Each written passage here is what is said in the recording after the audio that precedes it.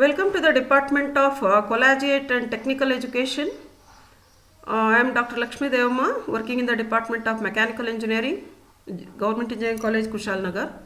Today I am going to highlight a few contents like the additional points which has been related to the additive manufacturing and also certain MCQs in this subject. See, some of the points which has been, there's a refresh in the subject, especially in the module 1. These are certain things that you are supposed to be refreshed once again. See, additive manufacturing technology known by many names such as 3D printing, rapid prototyping and manufacturing. As I told in the previous sessions, that is the additive manufacturing is also called as 3D printing. Here the metal sheets has been placed layer by layer. You have observed in case of laminated object manufacturing. And for anything here, we have to develop the 3D model in the computers, that is in the form, that is what we call it as CAD, computer aided design. So with the help of computers, we are going to get the 3D design, 3D printing. Then the next one is rapid prototyping and manufacturing. So earlier in olden days, we used olden days, it means when the additive manufacturing started during the era of additive manufacturing, when it started between 2011 and 12 onwards. Earlier it was used for only the rapid prototype, used for manufacturing the rapid prototyping model. But nowadays, we are using this additive manufacturing in technology in a wide range. Yeah, because it has a free form fabrication, because irrespective of the shape and size, we can develop a product with required accuracy and surface finish.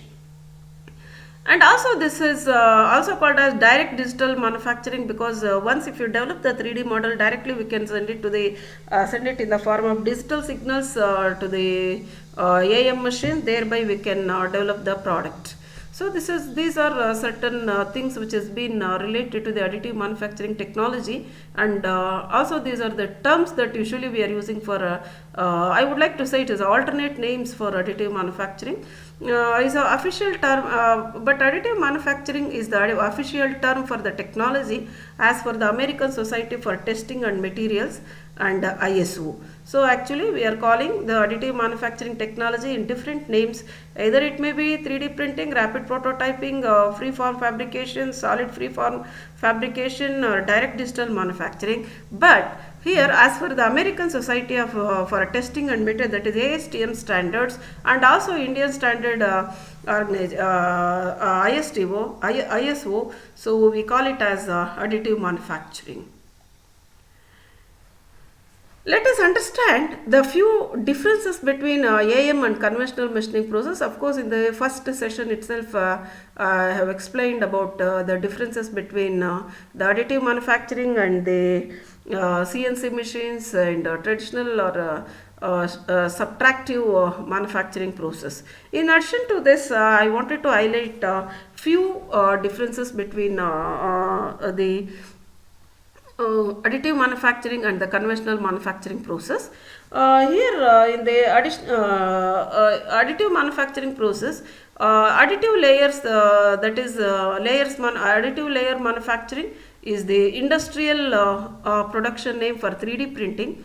It is totally a computer controlled process. When it comes to conventional machining process, as you know that the conventional machining process can be defined a process using mechanical energy. The three main forms of mechanical energy that we are using in non-conventional energy sources, non-conventional energy machining are thermal energy, chemical energy and electrical energy.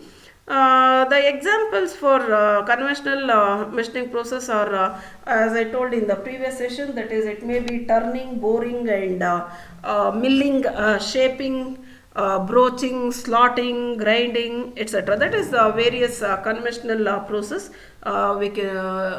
process as I have mentioned. Here we are using three types of energy, that is electrical energy, chemical energy and thermal energy. But when it comes to additive manufacturing process, we are using laser energy. Okay, so fluid deposition method, and many more methods. Now, the material difference. What is the difference in the materials? That is the additive manufacturing. 3D printed materials are namely, say, liquid resin, say for example SLA is used. Even we are using nylon powder and metallic powders, gypsum powder and sandstone powder, wire, sheet, that is laser laminated object manufacturing, and also many more we are using in the additive manufacturing. That is, in the additive manufacturing, many 3D printed materials like nylon powder, resin, liquid resin, metallic powders, that is gypsum powder, etc. we are using. Here in addition to this, we are using liquid resin, nylon powders and metal powders account for the vast majority of industrial 3D printing. So these are the materials that we are using in the additive manufacturing. When it comes to CNC manufacturing or CNC machining, the materials that we are using here is one piece of sheet metal. Here we are going to use, we cannot which is a plate shaped material. So here to measure the length, width and height and wear of the parts are parts, the corresponding size of the sheet is cut for processing. So that is in the CNC machining. So you can observe the difference, the main difference between the additive manufacturing and CNC machining related to the what you call it as material aspects. Usage of material aspects, I would like to. Next is structural difference. The main differences between additive manufacturing and conventional manufacturing that I am telling you in also in addition to CNC machines. So here in the structure, when it comes to the difference with the structure, that is in the additive manufacturing, its principle is to cut the model into layers, like multi-points, that is layer by layer or number, and also the point by point, multi-points are also used here, the pile up one by one in order, just like building blocks. Therefore, additive manufacturing process parts are parts with complex structures such as hollowed out parts also used here. When it comes to CNC machining, here when it comes to additive manufacturing, that is process parts, complex structures such as hollow cut parts also we can use here. Okay. When it comes to CNC machining, it has the reduction of material manufacturing, because we are going to cut the excess material here. So naturally there will be a reduction of the material, that is volume of the initial product is greater than the volume of the finished product here. Though the various tools running at high speeds, the required parts are cut according to the programmed tool path, because as you know that in the CNC machines it works based on the program, so that what we are going to feed into the system. So accordingly here the parts has been cut according to the programmed tool path. Therefore CNC machining can only produce the rounded corners with a certain degree of curvature, but cannot directly process the inner right angle, which is realized by processes such as cutting or sparking. Okay, so here that is in the CNC machines, the outer edges that you can easily cut, but inner edges and internal defects measuring is a bit difficult in case of CNC or traditional or traditional machining. When it comes to software architecture or software that we are using in the what you call it as in the additive manufacturing, here the operating software that we are using in the additive manufacturing is a 3D printed slicing software, because it is very easy to operate. So that is the reason we are using 3D printed slicing software. Even if the layman can master the slicing software, because it doesn't require any skilled people, Even a person who is operating, he can use you can operate the software because it is very handy.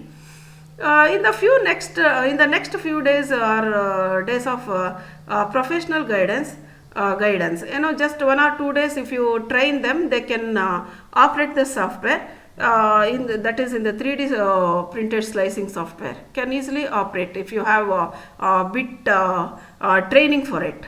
Because of the slicing software is currently optimized to a very simple, supportive, and it can be generated automatically. So we need not to bother on and off, because once if you fed the software into the system, once you install the software in the system, anyone can operate it if you know the basic knowledge about it. That's all that is about the system.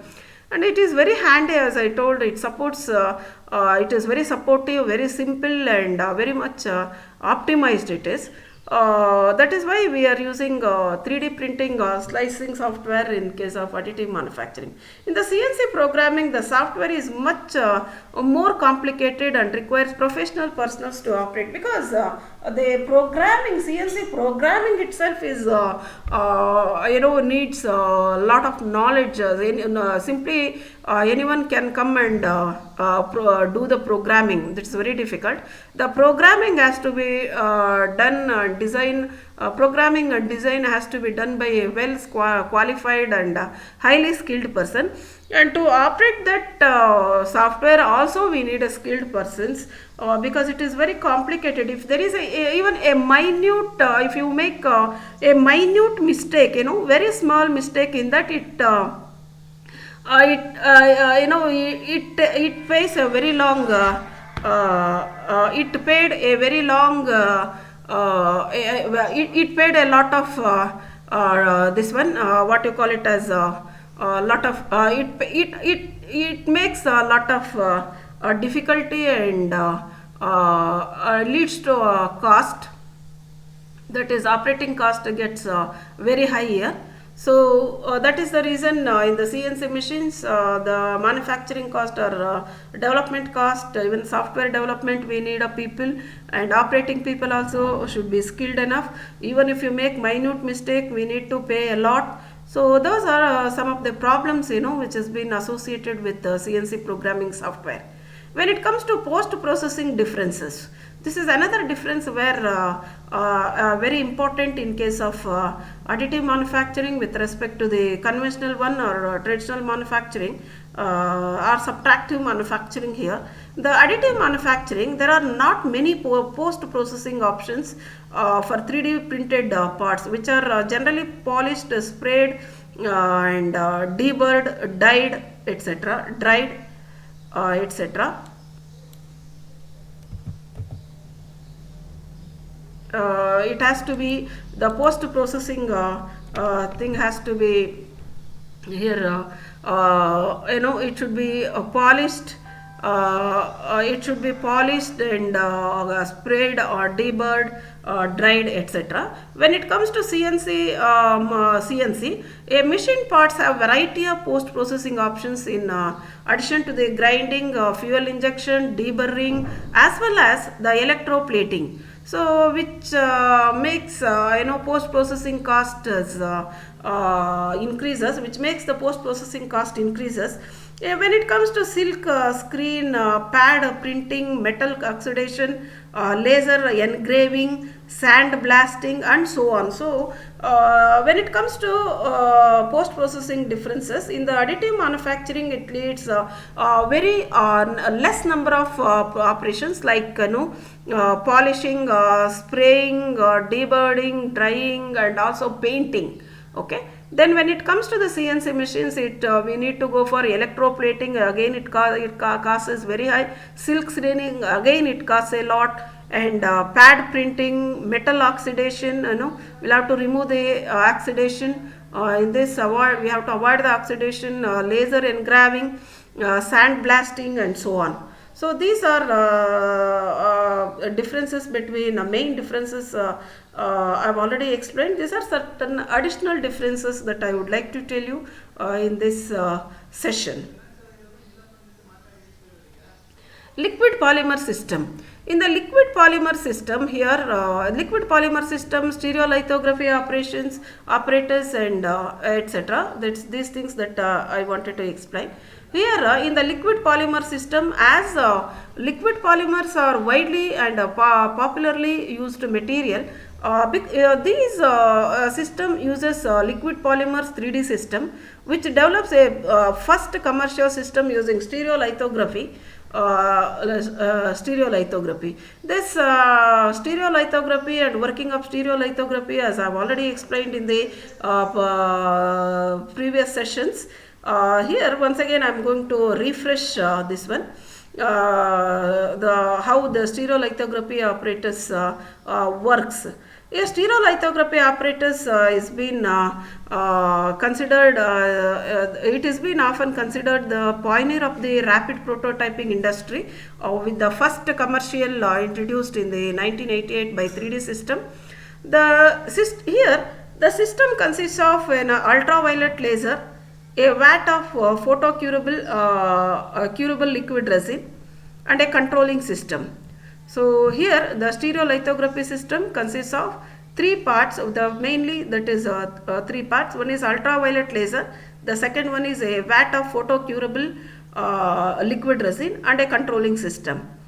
The SLA technology is commercially most popular and widely used method when it comes to the rapid prototyping.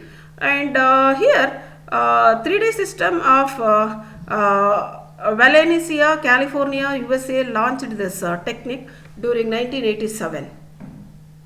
Yeah, this is the process. Even I have explained in the previous session, but also now as I told, this is just a refreshing session for you. In this you can observe this is the bed and platform bed. This is what resin, this is a liquid surface, and so elevator this is what laser and sweeper blade, that is a UV curable liquid surface, elevator, and so on. This is what a formed object. In this technique, there are three-dimensional models are built from a liquid photosensitive polymer that solidifies when exposed to ultraviolet light. So it is in this technique we have to develop three-dimensional model from the liquid photosensitive polymer that solidifies when it is exposed to the ultraviolet rays. This we are using ultraviolet rays when it is exposed. So it's been built from the liquid photosensitive polymer, and it will be solidified soon when it exposed to the ultraviolet rays. Since as shown in the figure, the model is built upon a platform. This is what a platform which is platform which is situated just below the surface of the vat liquid epoxy or acrylite resin. This is what here is being used. So a low power highly focused ultraviolet laser rays here, that is a low power highly focused laser ultraviolet laser is focused, thereby it traces out the first layer. It just traces out the first layer, solidifies the object across object's cross section while leaving excess area of liquid here.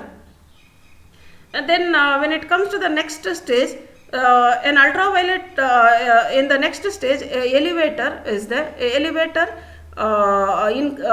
incrementally lowers the platform. That means it just pushes down the platform into the liquid polymer.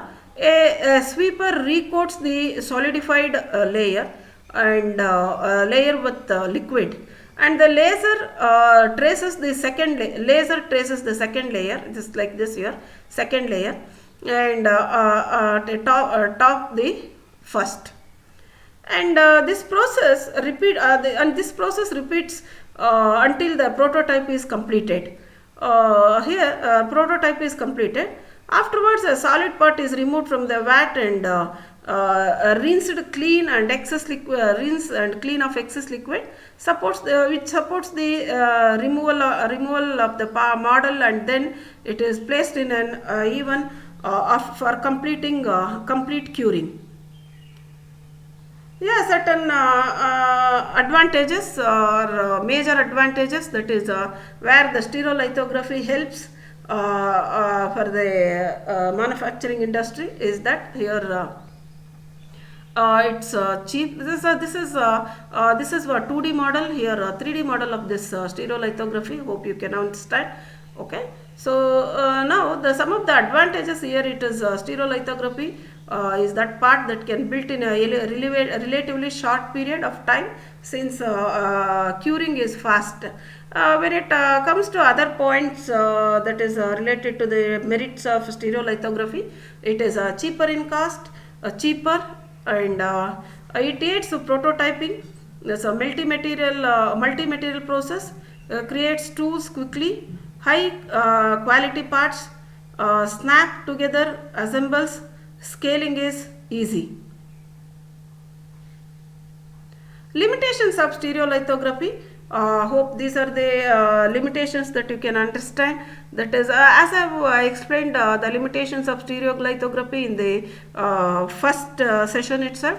This is just a refreshing session for you. As I told, it is another point that I wanted to add it here. That is a limitation part of stereolithography. Fragility, this is one more point that is a limitation. The stereolithography uses equivalent materials which are resins, and the another point here, expensive machines that we are using for this. If we had predicted the boom in 3D printing in the past few years, experts have neglected the cost of the machines and the difficulty of the operations. So these are the models that we can develop by using stereolithography. So you can observe the different structures with accurate dimensions, like how it is designs and all, we can do it. So these are certain limitations. Then when it comes to solid sheet system, that I have told in the previous lesson, but one more point that I wanted to add it here, that is here solid sheet system is obsolete technology, which is not seen widely used nowadays. The example of earliest solid sheet system is the laminated object manufacturing system. So this also I taught in the previous session, laminated object manufacturing process. Here it's that I've already explained. Certain process is the various process that is performed with this LOM is that sheet is here. There's a certain what procedure, sheet is adhered to a subset of the substrate of the with a heated roller. Laser traces desired dimensions of prototype. This is what, okay. So laser crosses hatches non-part area to facilitate waste, etc. Waste removal, and the platform with completed layer moves down out of the way. So fresh sheet of material is rolled into the piston position. So these are certain points related to this one. So certain advantages of LOM. This is what I taught in the previous class also. Some more advantages here, that is if the manufacturing company has a computer generated model of a product, it can quickly build a prototype using LOM. So that in that way it helpful because of its faster rate and efficient way of building the prototype, other than manufacturing, that is conventional manufacturing process. And also the LOM supports the creation of both solid as well as hollow objects. These are certain MCQs, that is multiple choice questions, that I would like to highlight here for your information. This is what the MCQ questions.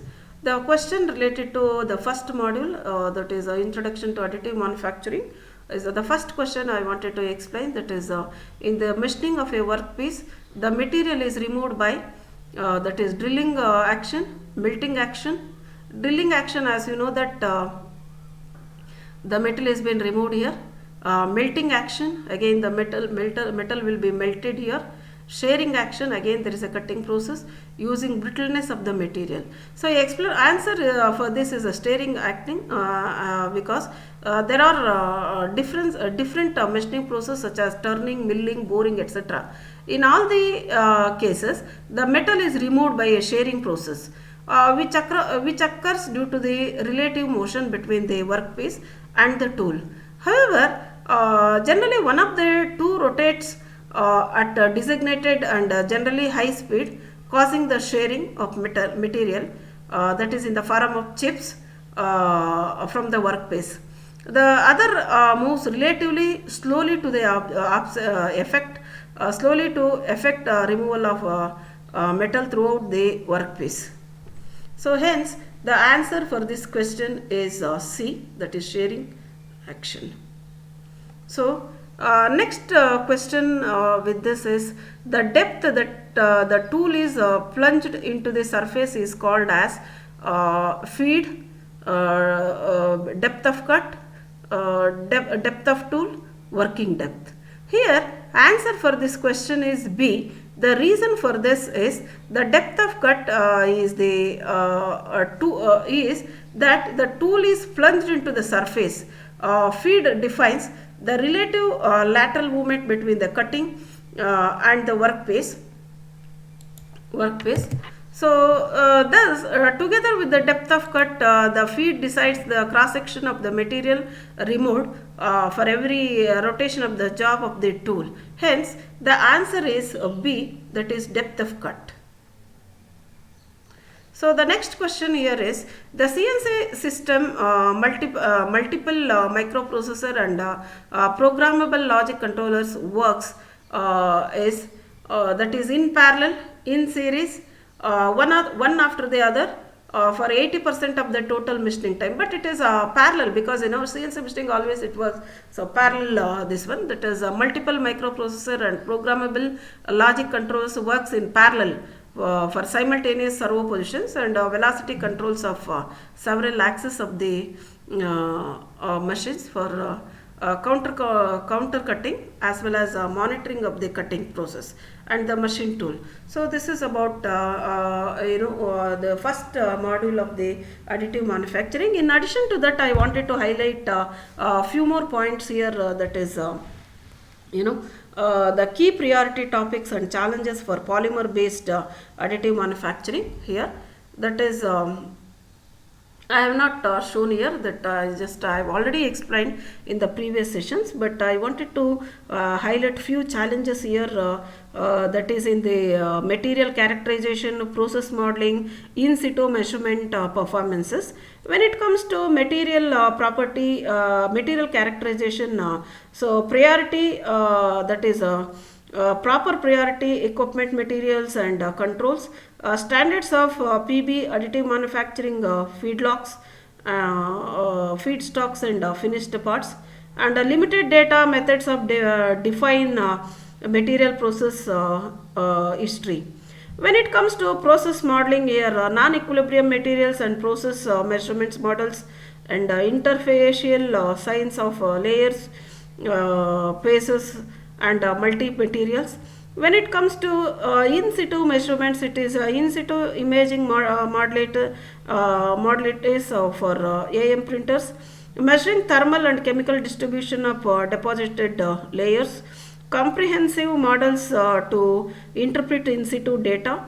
When it comes to performances, there is a standards for feedstock, materials tolerances, transparency in PB, AM and related sciences, parameters and variables in impacting properties of parts, modeling of PVAM process or for performances, etc. When it comes to priority roadmaps, topics are system manufacturing, collaboration for material machine standardization, non-equilibrium materials and process measurements, new in situ image modeling, data on stock materials and the polymers, etc., which has been about the road maps of this subject, that is in the first module of that with this the first module of additive manufacturing was code is 17 ME82 for 8th semester mechanical engineering belongs to VTU has been completed. Thank you.